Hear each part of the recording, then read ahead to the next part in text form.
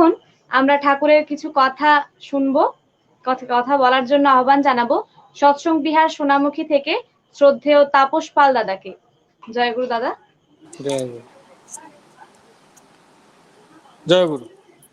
জয় গুরু। সৎসঙ্গে উপস্থিত প্রত্যেকের প্রতি আমার আনন্দিত জয়গুরু জানাই। কয়েক বছর আগে পূজনীয় সিপাহী দাদার সাথে কৃষ্ণনগর স্বস্তি শিবিরে যাওয়ার আমার সৌভাগ্য হয়েছিল। তো আমার খুব ভালো লেগেছিল জায়গাটাকে, পরিবেশ, ওখানকার মানুষ, খুব তৃপ্ত হয়েছিলাম।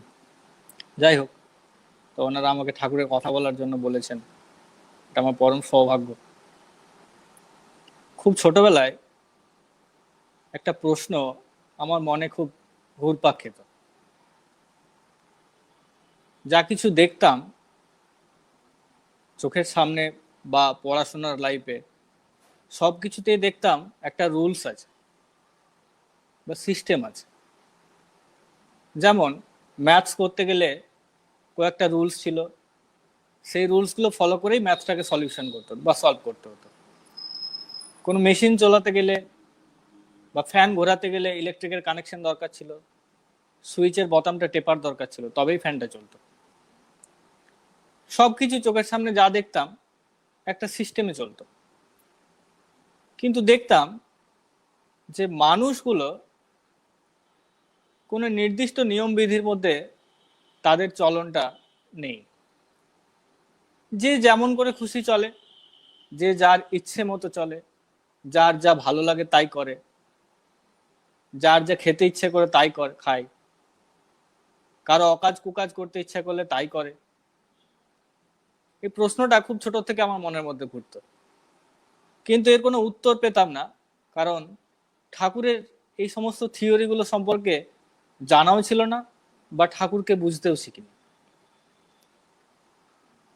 আজকের দিনে দাঁড়িয়ে ঠাকুরকে নিয়ে চলতে গিয়ে, ঠাকুরকে নিয়ে চলার চেষ্টা করতে গিয়ে দেখতে পাই যে মানুষের জীবনে চলার জন্য রুলস আছে, নিয়ম বিধি আছে।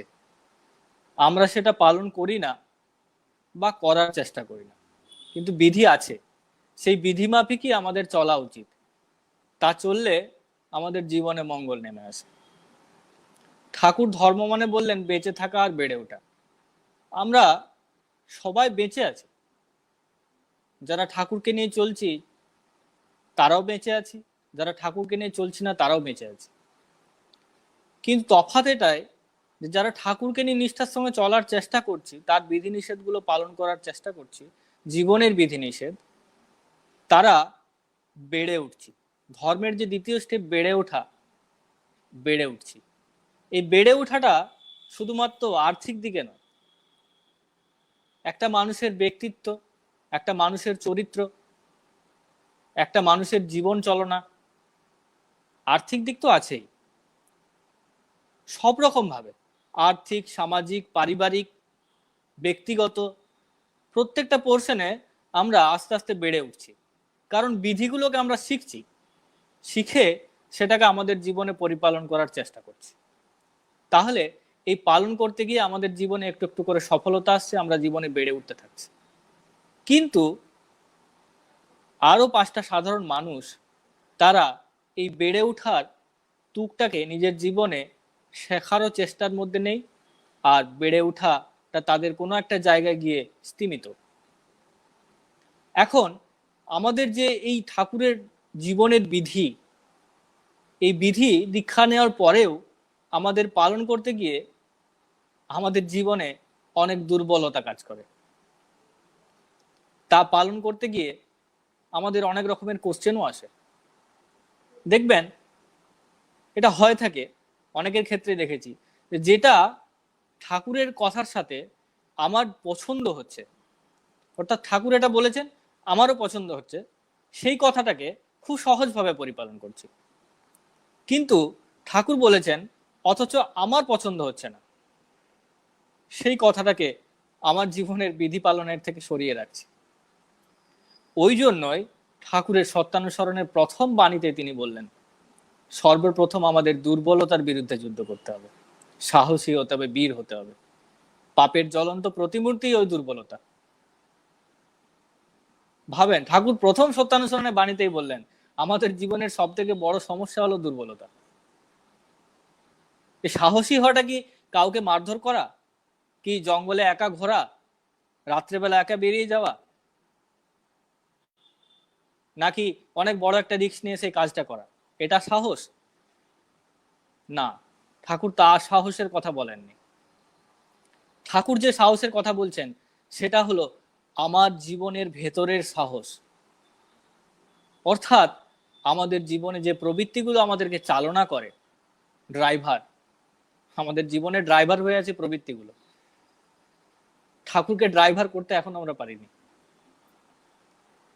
তাহলে এই প্রবৃত্তিগুলো আমাদেরকে সব দিক থেকে আটকানোর চেষ্টা করে। এই বেড়ে ওঠার ক্ষেত্রে, ওই ধর্মের যে দ্বিতীয় পাঠ বেড়ে ওঠা, এই বেড়ে ওঠার সব থেকে বড় অন্তরায় হলো আমাদের এই মনের ভিতর থাকা প্রবৃত্তি। আমার মনে হয় যে কুরুক্ষেত্র যুদ্ধ তো ইতিহাসে আমরা সবাই জেনেছি বা পড়েছি, সেটা বাস্তবে হয়েছিল, কিন্তু আমার মনে হয় আজও সেই কুরুক্ষেত্রের যুদ্ধ চলছে আমাদের জীবনের ভিতরে।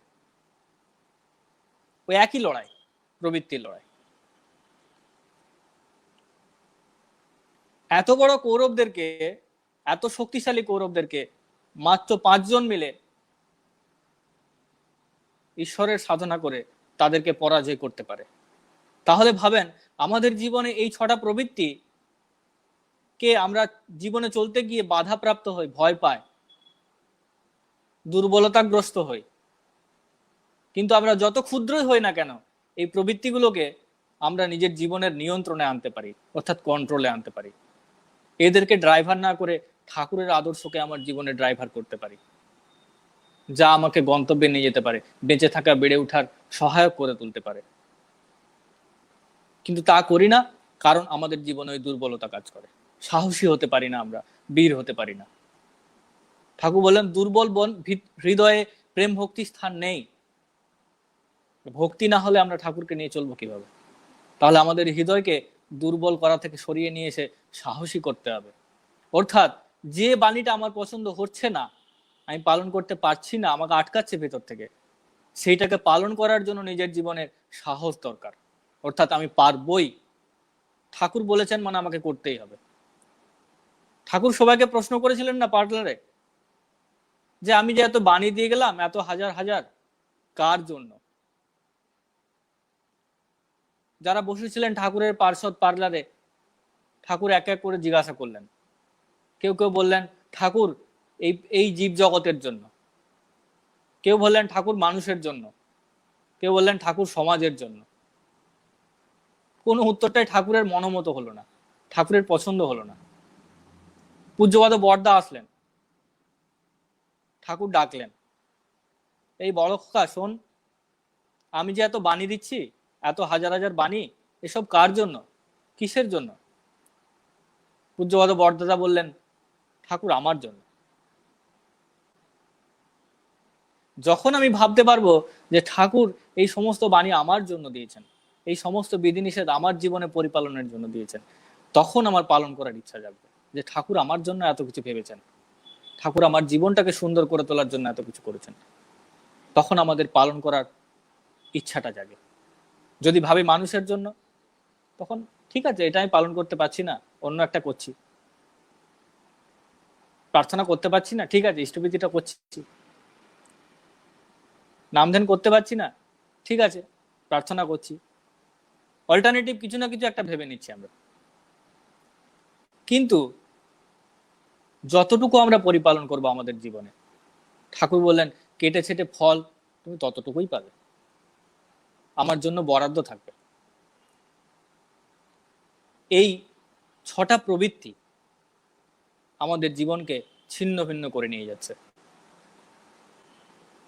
কি করে এই প্রবৃত্তিকে আমরা নিমন্ত্রণ করব, কিভাবে আমাদের কন্ট্রোলের মধ্যে আনবো? নিয়ন্ত্রণ করা মানে সেই প্রবৃত্তিটা, এই প্রবৃত্তিগুলো আমাদের জীবনে থাকবেই, এটাকে বাদ দিয়ে আমরা জীবনে চলতে পারি না, এটা থাকবেই। কিন্তু এই প্রবৃত্তিটাকে কিভাবে আমরা আমার জীবনে ভালো থাকাতে বা বেড়ে উঠাতে অ্যাপ্লাই করতে পারবো। ঠাকুর সেই পদ্ধতিটাই আমাদেরকে শিখিয়েছেন, শেখাচ্ছেন।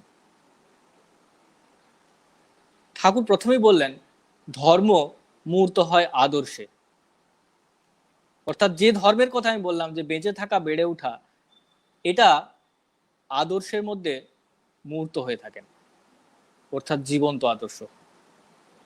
যিনি নিজের জীবনে সমস্ত কিছুকে পরিপালনের মধ্যে দিয়ে চলছেন। ছড়ার গানে একটা কথা আছে না, যাকে দেখে চলাই তোমার চলন সার্থক হয়।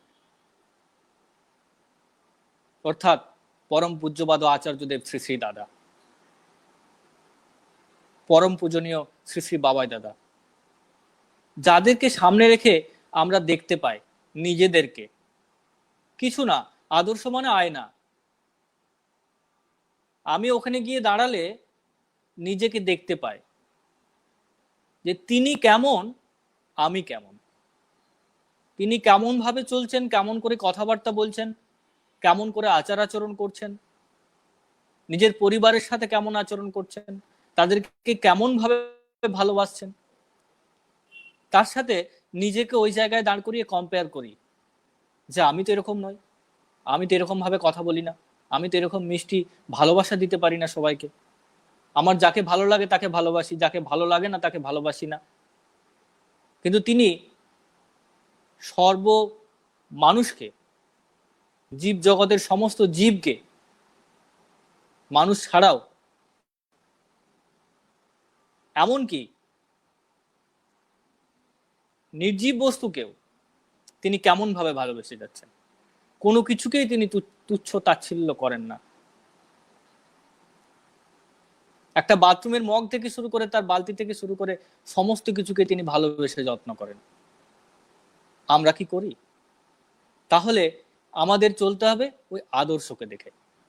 তিনি কেমন করে চলছেন, তিনি কেমন করে ঠাকুরকে ভালোবাসছেন, তিনি কেমন করে ঠাকুরকে নিজের জীবনে প্রতিষ্ঠা করছেন, এটা আমাদের দেখে চলা। তাহলে তখনই আমাদের ধর্ম আমাদের জীবনে মূর্ত হবে, শুরু হবে। তারপর আদর্শে দীক্ষা আনে অনুরাগ। এই জীবন্ত আদর্শে অনুপ্রাণিত হওয়ার পর আমাদের দীক্ষা নিলে এই দীক্ষা আমাদের জীবনকে ওই বেঁচে থাকা, বেড়ে ওঠার পন্থাগুলো শিখিয়ে দেয়। কেমন করে চলবো, কেমন করে ঠাকুরকে নিজের জীবনে পরিপালন করব, কেমন করে ইষ্টভৃতি করব, প্রার্থনা কখন করব, নাম ধ্যান কখন করব, কেমন করে করব, এই পদ্ধতিটা আমাদের শেখার স্কুলে ভর্তি হওয়া হয়।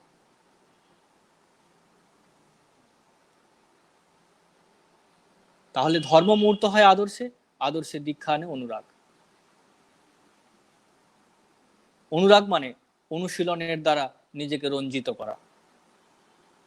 অর্থাৎ ওই যে দীক্ষার বিধান আমাদেরকে জীবনে দেওয়া হলো, যে ঋত্বিক দাদার মাধ্যমে আমরা ঠাকুরের দীক্ষা পেলাম, সেই দীক্ষার পদ্ধতিগুলো নিষ্ঠার সঙ্গে পরিপালন করা এবং অনুশীলন করা। একদিনে হবে না, প্র্যাকটিস করতে থাকতে হবে। আজকে পারছি না, ঠিক আছে, আজকে 2 মিনিট নাম করলাম, ঠিক আছে, কালকে 3 মিনিট করব, 3 মিনিট হলো, 5 মিনিট করলাম। এই প্র্যাকটিসের মধ্যে দিয়ে চলা। একটা কথা আছে না, practice makes a man perfect. আমরা যদি নিষ্ঠার সঙ্গে প্র্যাকটিস করতে থাকি, পারফেক্ট একদিন না একদিন হবই। আর এই অনুরাগী পারে বৃত্তি নিয়ন্ত্রণ করতে। অর্থাৎ ওই যে 6টা প্রবৃত্তির কথা বললাম, যেটাকে নিয়ন্ত্রণ করতে পারবো আমরা। কেমন করে নিয়ন্ত্রণ করব দেখেন, ভাবেন যে কাম, কাম মানে আমাদের জীবনের যাবতীয় চাওয়া পাওয়া। আমার গাড়ি চাই, আমার বাড়ি চাই, আমার টাকা চাই, আমার এই চাই, ওই চাই, আমার ভালো জীবন চাই, ভালো খাবার চাই। এই সমস্ত চাওয়া পাওয়া আমাদের প্রবৃত্তি কামের মধ্যে পড়ে।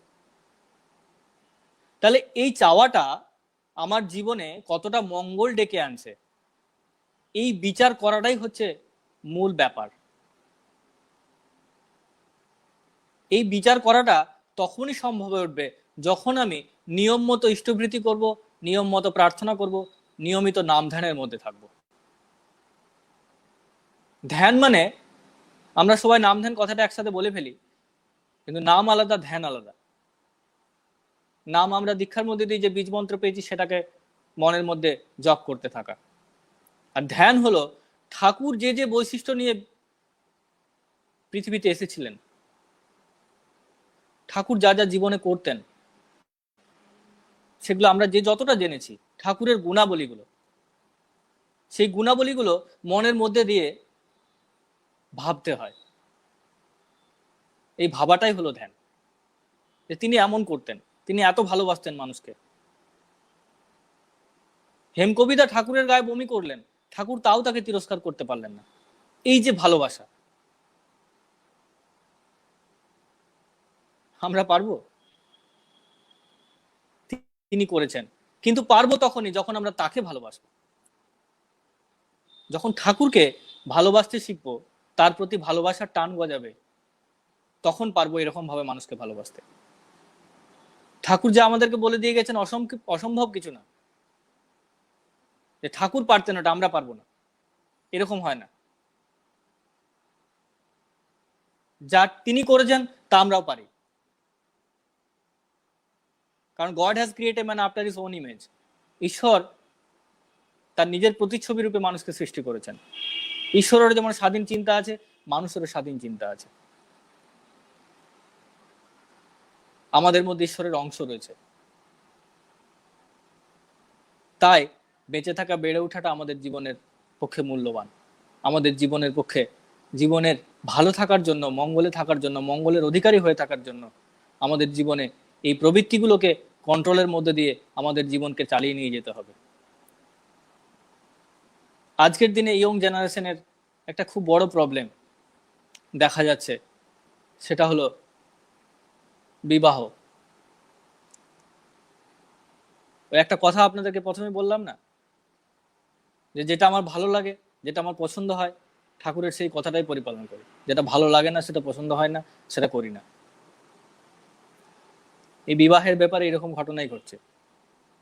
ঠাকুর যে বিবাহ বিধানের কথা বলেছেন, ঠাকুর যে বর্ণাশ্রমের কথা বলে গেছেন, তাকে ওভারলুক করে, তাকে নেগলেক্ট করে আমরা নিজেদের মতো পছন্দ মতো ভুল বিয়ের মধ্যে জড়িয়ে পড়ছি। অনেক দেখছি। ঠাকুর একবার বলেছিলেন যে সব ভুলের ক্ষমা আছে, সব ভুলকে সংশোধন করা যায়, বিবাহের ভুলকে সংশোধন করা যায় না। যা বংশ পরম্পরায় এই ভুলকে টেনে নিয়ে যেতে থাকে, বাড়িয়ে নিয়ে যেতে থাকে।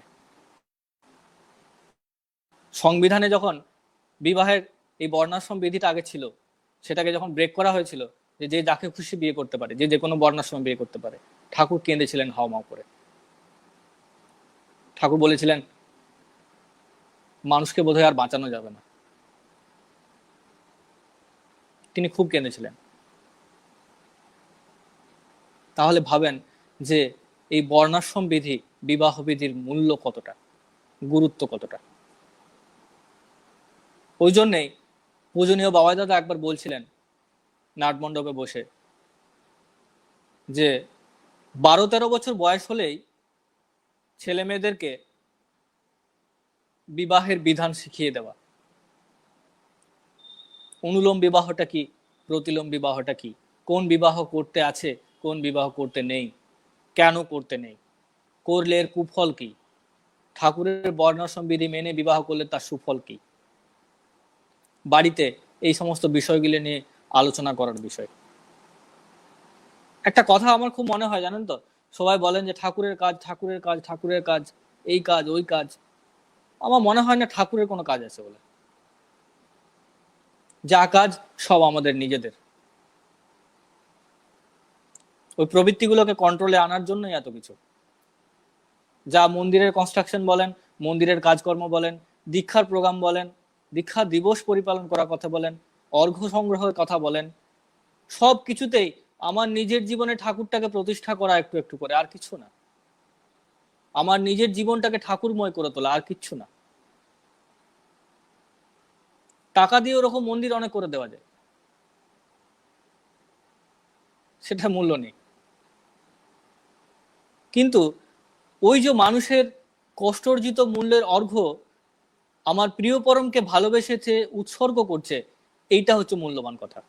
এবং তার কাছে গিয়ে আমি ঠাকুরময় হয়ে রইলাম, সেই মুহূর্ত প্রবৃত্তিময় হয়ে রইলাম না, ঠাকুরময় হয়ে রইলাম।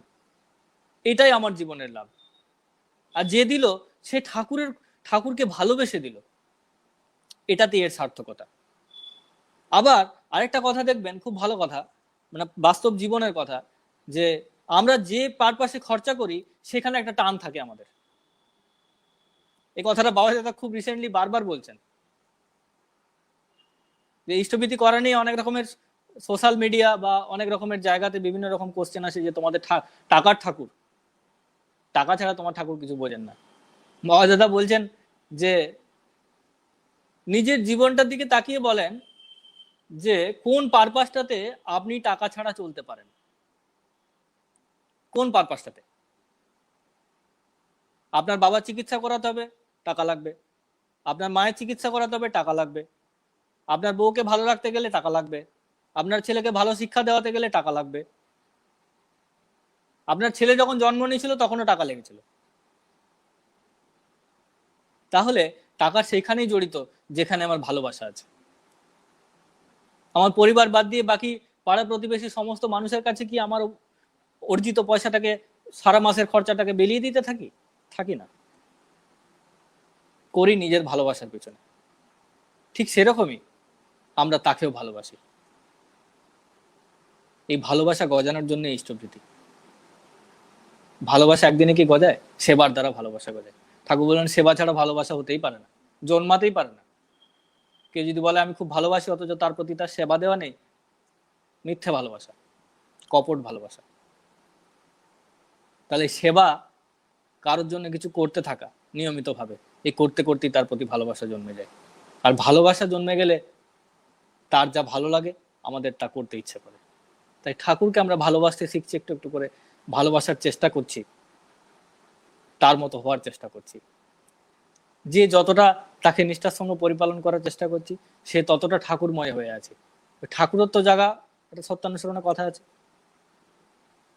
ঠাকুরত্ব না জাগলে কেউ তোমার কেন্দ্রও নয়, ঠাকুরও নয়, ফাঁকি দিলেই পেতে হবে তা।